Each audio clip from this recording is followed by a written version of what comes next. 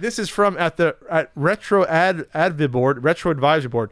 Are you guys still considering guest fill-ins for each other on upcoming episodes? See You Podcast 2020 Roadshow? That's everyone. Perspectives from both. RE launching a separate podcast and reaching a different audience / different interests. That's a broad question, Ian. Yeah, it is. That's real broad. That's two separate questions. In terms of guest fill-ins, there was a point in time where Pat was maybe going to be gone for a month. So I did reach out to people, and I don't think they'll mind me saying this, and maybe it'll happen at some point, but I did reach out to some people for fill-in guest hosts on the CU podcast. People I had lined up who said they would do it would have been Eric Pearson of Retail Archaeology. I like Eric. John Riggs. I like John. Kinsey. And nice. Going forward, I probably would have also asked Rick V, who's my co-guy on Yokoi Kids and is very, very good on podcasts. Okay. And I would have asked Kelsey. Huh, those are all nice.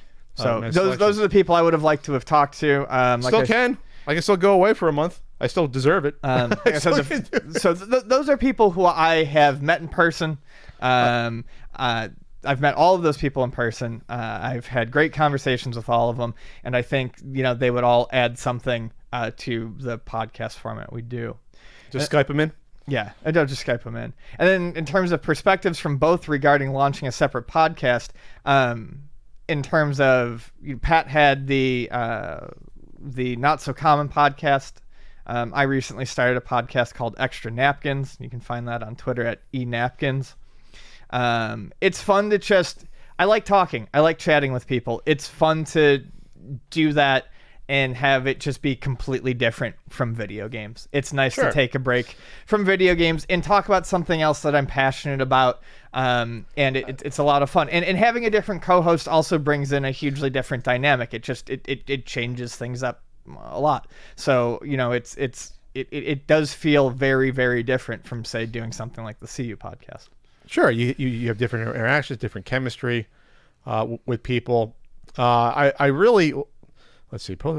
Yeah, I mean, the Not So Common podcast, people ask me every week, is it coming back? And unfortunately, I can't with doing a weekly CU podcast because that was the in-between podcast.